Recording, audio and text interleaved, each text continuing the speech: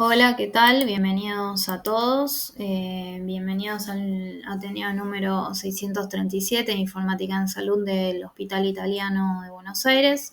Mi nombre es Lucía Cerveto, soy pediatra y residente de segundo año de informática. En el día de hoy vamos a continuar con el track de salud poblacional con esta presentación que se titula Sistemas de Información Geoespacial y su aplicación en enfermedades no transmisibles. Les voy a presentar un poco el recorrido del día de hoy, que inicialmente voy a hacer una breve introducción y les voy a contar mis interrogantes. Después voy a continuar comentándole dos artículos, uno vinculado a los sistemas de información geoespacial en enfermedades no transmisibles y salud de precisión, y el otro vinculado a los GIS y las disparidades en el cáncer. Luego voy a comentar una pequeña experiencia en nuestro hospital y hacia el final voy a hacer unas conclusiones generales. Recordando un poco el Ateneo pasado, los tres pilares de aplicación de los GIS son la vigilancia epidemiológica, el análisis de riesgo y el acceso a la salud. En el Ateneo pasado nos concentramos sobre todo en enfermedades transmisibles o infectocontagiosas, pero yo me pregunté, bueno, ¿qué pasa con las enfermedades no transmisibles? ¿Qué pasa con este grupo? Si son pasibles o no de ser analizados por los GIS. Para contestar esta pregunta, les voy a comentar este primer artículo que se titula Datos del mundo real para la salud pública de precisión de enfermedades no transmisibles, una revisión exploratoria. Se publicó en el año 2022 en el BMC. Como introducción, sabemos que a nivel mundial las enfermedades no transmisibles son responsables de aproximadamente el 70% de las muertes en todo el mundo, y también sabemos que las personas viven más años en mala salud a pesar de los avances médicos.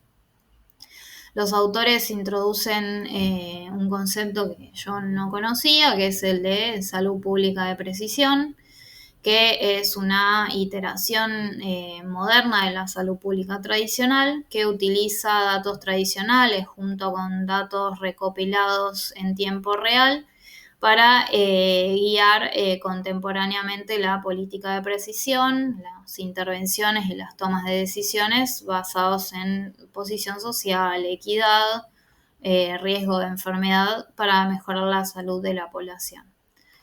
Existen dos tipos de datos, los datos tradicionales y los datos de precisión. Dentro de lo que son los datos tradicionales de salud pública, son útiles para la vigilancia y planificación, pero tienen sus limitaciones en cuanto al tamaño de la muestra y sobre todo también la actualización de estos datos, la latencia entre la recolección de los datos y la disponibilidad para los que toman las decisiones. Representa un riesgo en lo que es la precisión y en la oportunidad de las intervenciones. Contrariamente, los datos de precisión surgen de fuentes de actividades del mundo real, tienen una actualización anual o en tiempo real, y su forma de ser analizados también es distinto a los de los datos tradicionales, como ser la descriptiva, la predictiva o la prescriptiva. ¿A qué nos referimos con datos del mundo real? Bueno, pueden provenir de registros médicos electrónicos, que es el lugar y el pilar fundamental de los datos del mundo real, pero también hay otras fuentes como los registros de salud personales, litigios en los que son seguros médicos o bases de datos de facturación, aplicaciones de salud móvil, dispositivos portátiles, datos de telecomunicaciones, redes sociales, transacciones comerciales.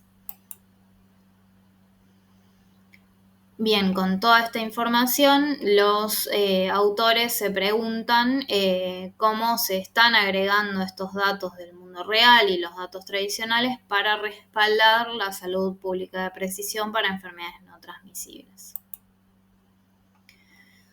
Para contestarse esta pregunta, los autores realizaron una revisión exploratoria usando metodología sistemática. Como estrategia de búsqueda utilizaron un formato PCC, que significa población, concepto, contexto.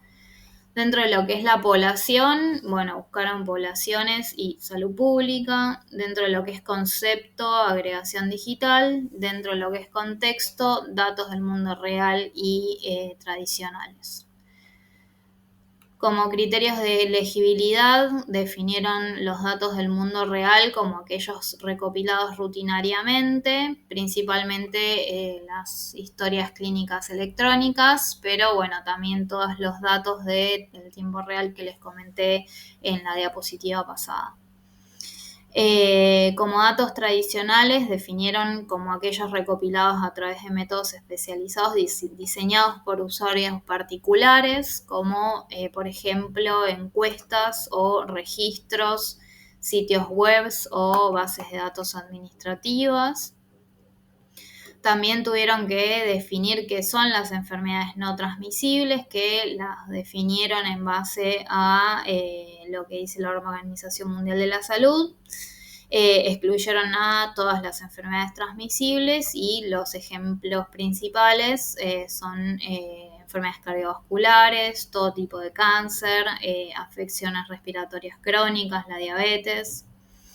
Con todo esto realizaron como una síntesis narrativa y un mapeo de cada estudio. Con toda esta búsqueda, solo 6 estudios cumplieron con los criterios de inclusión y las características generales de estos 6 estudios. Podemos decir que la mayoría se llevaron a cabo en países de altos ingresos, 3 en Estados Unidos, 2 en Canadá y 1 en China. Los estudios tenían como objetivo principal describir el desarrollo de plataformas de vigilancia de salud de la población. Y respecto a lo que es la población, los estudios hicieron un enfoque en 28 enfermedades crónicas no transmisibles. Bien, ¿de dónde provenían los datos entonces? Dentro de lo que es el grupo de los datos del mundo real, 4 artículos mencionan registros médicos electrónicos, 2 artículos mencionan de reclamos y facturaciones y un artículo mencionan de transacciones minoristas. Dentro de lo que son los datos tradicionales, 2 artículos mencionan que extrajeron los datos de censos específicos del país. Un solo artículo de un registro público de enfermedades crónicas y un artículo también menciona que tomó datos de Twitter y sitios web gubernamentales. Con lo que es la aplicación, la mayoría de los estudios usaron estos datos para construir plataformas de vigilancia de salud, como había dicho antes, y los usuarios finales fueron los profesionales de salud pública y el gobierno. Con toda esta revisión, los autores proponen o dividen en 3 horizontes la transformación de la salud digital. Un artículo está incluido en este primer horizonte que es, lo titulan como el flujo de trabajo de salud pública digital.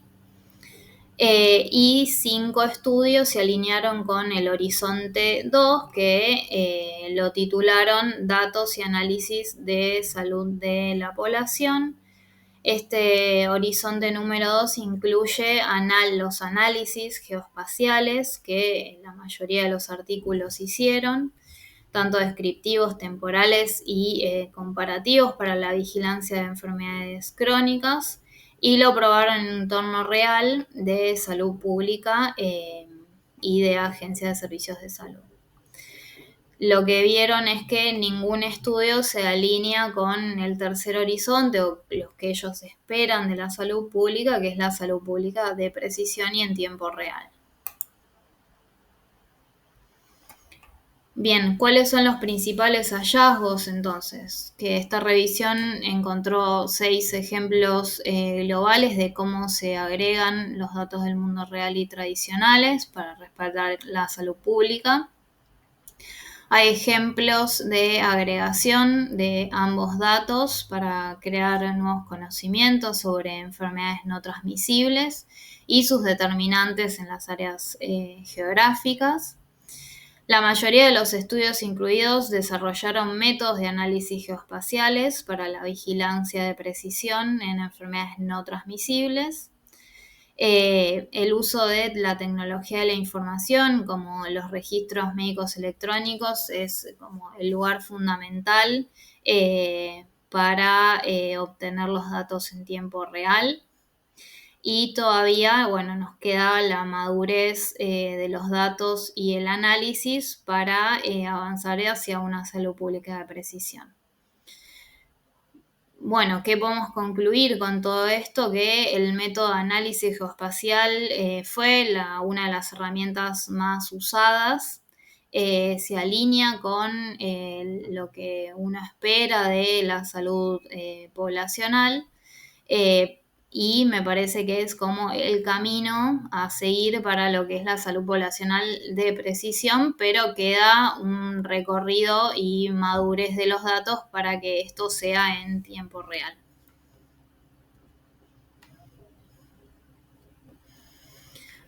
Ahora bien, les voy a presentar un ejemplo de aplicación o herramienta que se los voy a comentar con este artículo, que se titula Utilización de inteligencia artificial geoespacial para mapear las disparidades del cáncer en las regiones en salud. Este artículo se publicó en la revista Nature Scientific Reports en 2024. Para arrancar, tenemos que saber qué son las disparidades del cáncer en salud. Ellos o los autores lo definen como una distribución desigual y la carga de cáncer entre diferentes grupos de población. A menudo esta desigualdad puede basarse en la raza, en la etnia, en el nivel socioeconómico y la ubicación geográfica. También los autores, más adelante lo comento, pero presentan una herramienta de análisis de disparidades en salud que incluye a todos los tipos de cáncer, pero se van a enfocar en un grupo de cáncer puntual que son los cánceres ginecológicos. Este es un grupo de interés debido a que las intervenciones tempranas en poblaciones de riesgo proporcionan opciones terapéuticas efectivas cuando se identifican tempranamente, ¿no? Bueno, ¿qué proponen los autores de este artículo? Proponen una herramienta diseñada para identificar y abordar las disparidades de atención médica en regiones específicas. Esta herramienta está potenciada por la inteligencia artificial y el aprendizaje automático. También emplea un sistema de información geográfica para mapear los resultados.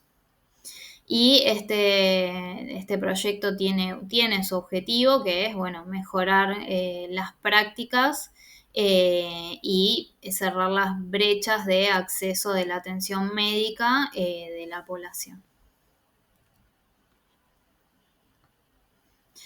¿Qué fue lo que motivó a estos autores? Los motivó a utilizar esta tecnología debido a que se pueden utilizar datos espaciales para analizar y visualizar patrones o tendencias. También el análisis puede ayudar a mapear los elementos ambientales asociados a las disparidades en lo que son las enfermedades no transmisibles. Y también integraron la inteligencia artificial al componente de sistemas de información geoespacial para permitir identificar las áreas con altas prevalencias de enfermedad y estudiar estos factores ambientales.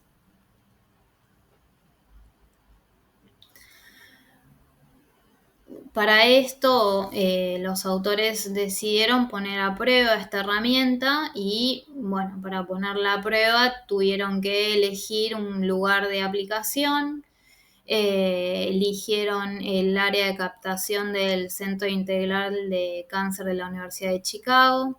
Es un área que incluye al 83% de los pacientes con cáncer y 62% de pacientes que se encuentran en ensayos clínicos. Es una población aproximadamente de 8 millones de personas. Y lo que tiene esta área de captación es que tiene una alta tasa de pobreza y privación social con barreras ya conocidas para la detección del cáncer y también una atención oportuna. La recolección de los datos demográficos, socioeconómicos y ambientales fueron desidentificados y se obtuvieron de fuentes que se encontraban disponibles públicamente. Con lo que respecta a la visualización de los datos, el mismo se da en diferentes capas en un mismo mapa para poder estudiar las múltiples variables. A su vez, la herramienta hace dos tipos de análisis, un análisis univariado para ayudar a comprender el efecto de una sola variable en un resultado de salud, por ejemplo, no sé, el tabaquismo o el estatus socioeconómico en la mortalidad por cáncer de pulmón o la relación que hay entre los chequeos rutinarios y la mortalidad por cáncer cervical, por ejemplo. Un segundo análisis que hace la herramienta es un análisis multivariado y, como su nombre lo indica, evalúa el efecto de múltiples variables sobre una sola variable de resultado. Esto puede proporcionar una mejor comprensión de la contribución de diversas variables sociales y ambientales respecto a un resultado de salud.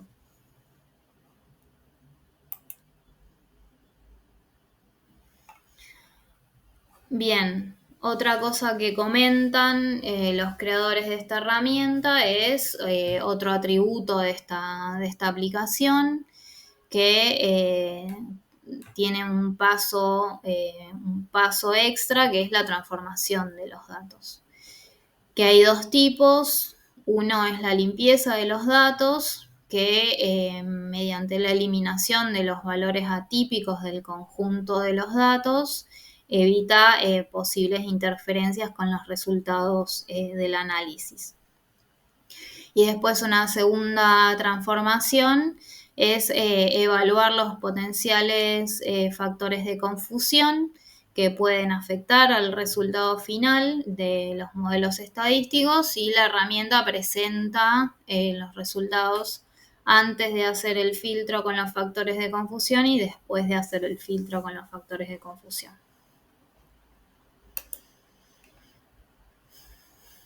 Bien, un ejemplo al final, o uno de los ejemplos al final que da, presentan una evaluación de las disparidades de la tasa de mortalidad por cáncer cervical.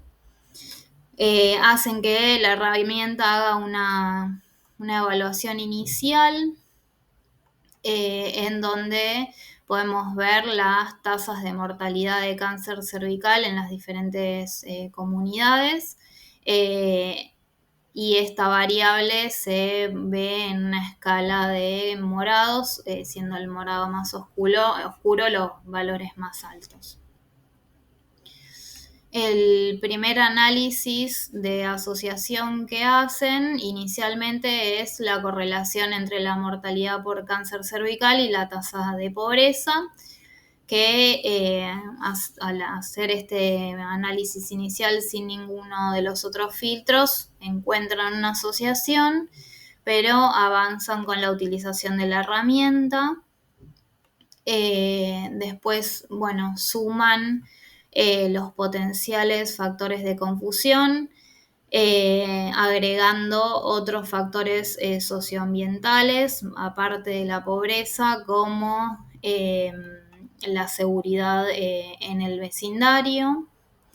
Y así también, aparte de agregarlos como factor de confusión, también lo agregaron como un análisis multivariado. Después de hacer como secuencialmente ir complejizando las asociaciones, el resultado final que arroja es interesante y llama la atención en relación al primero sin todos los filtros puestos. Señalan que la tasa de seguridad del vecindario es un contribuyente de la tasa de mortalidad por cáncer cervical en lugar de la tasa de pobreza, que es lo que la herramienta dijo inicialmente. Entonces, ¿qué podemos decir como para resumir? Que si nos quedamos con el análisis univariado inicial y decimos que la mortalidad por cáncer cervical está asociada a la pobreza, vamos a tomar unas decisiones en lo que respecta a la salud pública equivocadas, versus si agregamos un análisis multivariado y tenemos en cuenta los factores confusores, la herramienta nos dice que la mortalidad está asociado a la seguridad del vecindario. Entonces, las decisiones y acciones que uno pueda tomar respecto a este resultado pueden tener más impacto porque es una asociación más real.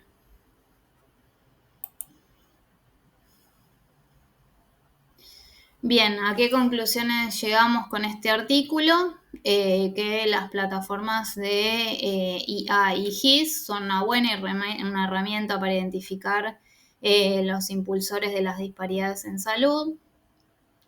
Es importante tener en cuenta los factores de confusión. Y bueno, obviamente ellos recomiendan la utilización de su herramienta y nos comentan que nos permite hacer las inferencias más confiables y evitar errores por resultados de análisis incorrectos. Sí, lo voy a tomar como algo positivo, es que este tipo de análisis o este tipo de herramientas se pueden tomar como modelo para futuros desarrollos.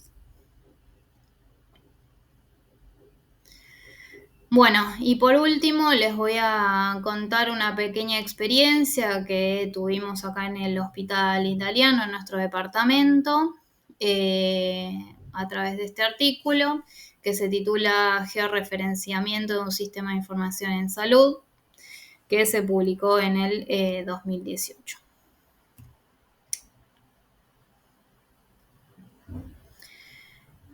Bien, bueno, sistema de información geográfica en el Hospital Italiano. Nuestro departamento, el Departamento de Informática del hospital, desarrolló un sistema de georreferenciación. Este sistema permite capturar, analizar y administrar los datos de su sistema de información y vincularlos con sus respectivos atributos en una cartografía. Este sistema de información geográfica que se desarrolló fundamentalmente se basa en considerar al píxel como la unidad más pequeña de una imagen y la combinación de estos píxeles representan una abstracción de la realidad. Esta imagen se compone de filas y columnas en donde cada celda almacena un único valor y luego un equipo especializado en cartografía establece la relación entre estos datos y los elementos para representarlos en un mapa. Los objetos del mundo real se pueden clasificar en dos grupos: los objetos discretos, como las residencias de los pacientes o las ubicaciones de los centros de atención, y los objetos continuos, como calles, avenidas o áreas.